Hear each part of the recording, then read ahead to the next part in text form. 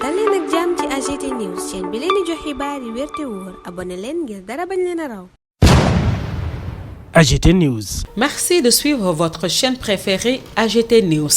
Nous allons partager cette réflexion de Amadou Tidiane Wane. Un être cher m'a appris il y a 4 manières de perdre son temps. Ne rien faire, faire ce que l'on ne doit pas faire, le mal faire, le faire à contre-temps. Alors, de quoi est-il le temps?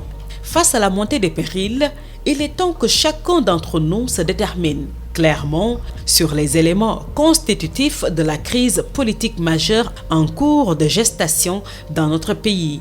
Oui, le temps n'est plus au contorsionnisme de la pensée ni à la plaisance mondaine.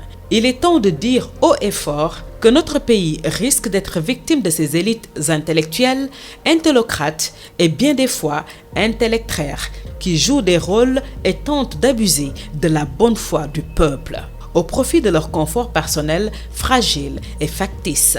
Il est surtout temps de dire clairement au président de la République en exercice, Macky Sall, que c'est lui et lui seul qui s'est engagé à ne pas s'engager dans une 3e candidature. C'est le minimum de vérité de base à poser sur la place publique.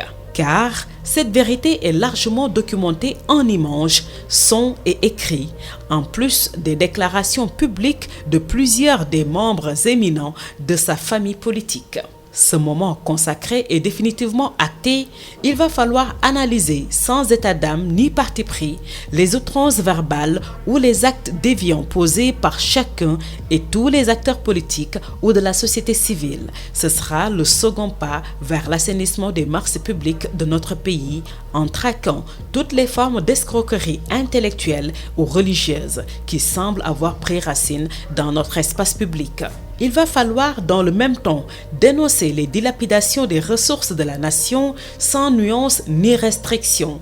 Au sortir de cet exercice de vérité et de citoyenneté, un agenda républicain minimal pourrait se consacrer à la restauration des fondements éthiques d'une nouvelle gouvernance. Sur ces nouvelles bases, aller vers des consultations électorales franches et transparentes afin que notre peuple choisisse en toute sérénité les responsables de son destin pour le prochain quinquennat. Sur ce vaste chantier, nous sommes tous interpellés, que chacun mette une pierre à l'édifice. Tout le reste nous distrait. AGT News.